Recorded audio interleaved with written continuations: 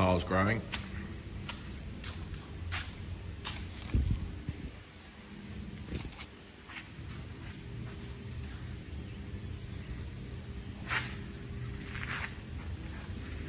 A bit of space left. Going to finish off this row, and then I'm going to have to start filling in this corner. Kiln's still running.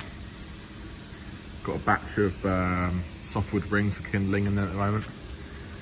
The kiln is actually sold now. It's going to go off to its new owner soon, a few weeks time. And before next winter, I'm going to have to build the next one.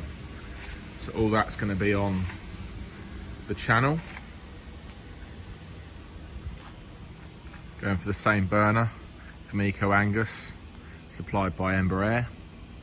I'm going to run two 40-foot containers and then a 20-foot burner room off to the side, so it's separate burner room, just up capacity. I'll show you again inside.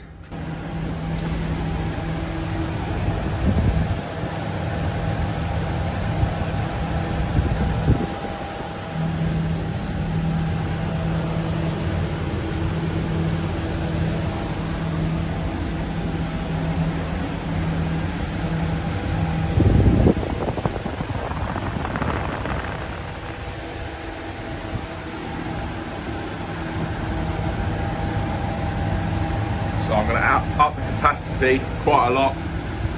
As you can see, I get 14 in here.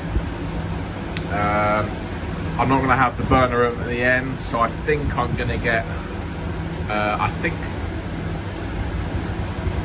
they're 9 long. Not too sure, I have to figure out when it comes. 9 long, or maybe 10 long, depending on how much of a gap I want. So I've got a gap here. So if I want a gap between the cages, I'd probably get 9 long, and then I think if they were close up next to each other, there might almost be 10. So it'd be 20 a container, 2 containers, 40 IBCs a batch. It's quite a lot.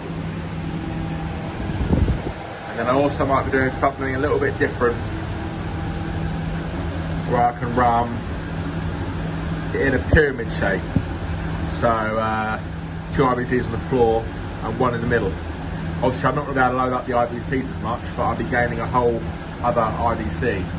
So it actually be 30 per container, which really ups the capacity, the drying capacity. I'll be running a 130 burner from Eco Angus, like I said. So yeah, it's all very exciting. At the moment we're just processing away. Keep getting lorry loads in, processing away, filling up the barn. The sun's here now, it's absolutely gorgeous. Drying out firewood, lovely. It's all burner fuel for next winter. I think it's either going to be the last batch or maybe one more batch after this, then it's going to go. As I say, a load of kindling rings at the moment, and then I might do a batch of firewood to see me over the summer. So yeah, quite a bit of oversized here. Just sectioned off. I'm gonna have to get it up there and start stacking it up the track soon. Got a hydraulic pipe burst on the old Lindy at the moment. Luckily, I've got the newer to me one. Still getting me through. Kindling machine has been super busy. Absolutely loving the 8-inch kindling. Stacked so much nicer. These big pallets here are 140 a pallet.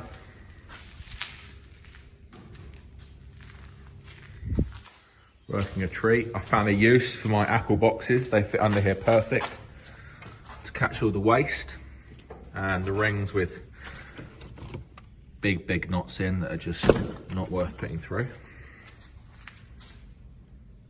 Doing lots of learning on this. Now we've done a good few hundred nets. As the oil gets warmed up, you actually have to drop the size down, or the kindling increases in size. So I started off between 4 and 5, and then as it gets warmer and warmer, the oil obviously gets thinner. I have to creep that down to about 3 just to keep the same size of kindling.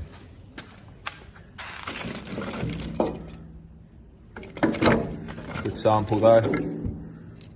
I find if you go too small, it just makes too much mess. You get too many losses. Just start smashing things up. That's absolutely fine. Just gonna clean up this spilt off the cleaner.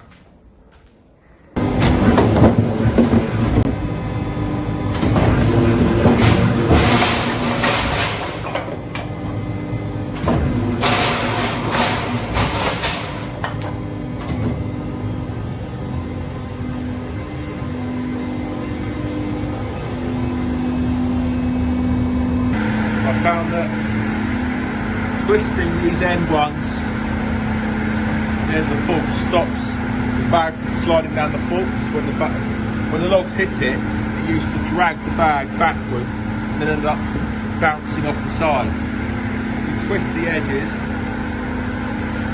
it just grips the forks a little bit better. You have to do it at the back, but just get the forks a little better.